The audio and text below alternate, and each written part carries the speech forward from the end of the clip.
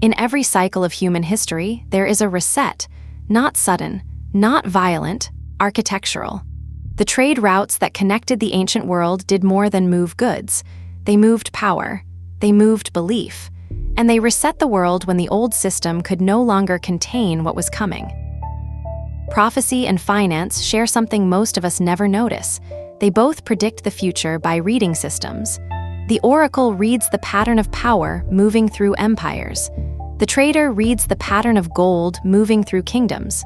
Both are watching the same architecture, watching it crack. The Silk Road collapsed not when gold ran out.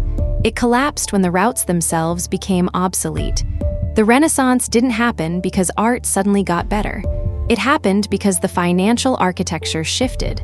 Capital moved, power followed. In the last 100 years, this process accelerated. The gold standard held power for centuries. It lasted until August 1971. 47 years since then, the system it built has been visibly aging. The infrastructure is showing structural fatigue. ISO 2022, a technical standard most people have never heard of. In layman's terms, a new financial language, a way to encode transactions so granular, so transparent, that every movement of value becomes visible to the network.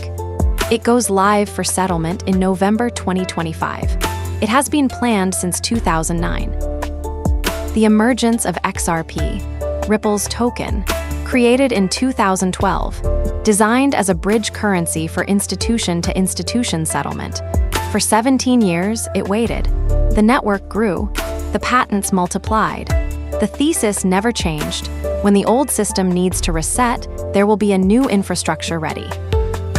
We are watching two conversations happen in parallel. One is happening in central banks and the IMF. One is happening in ancient texts and archaeological evidence.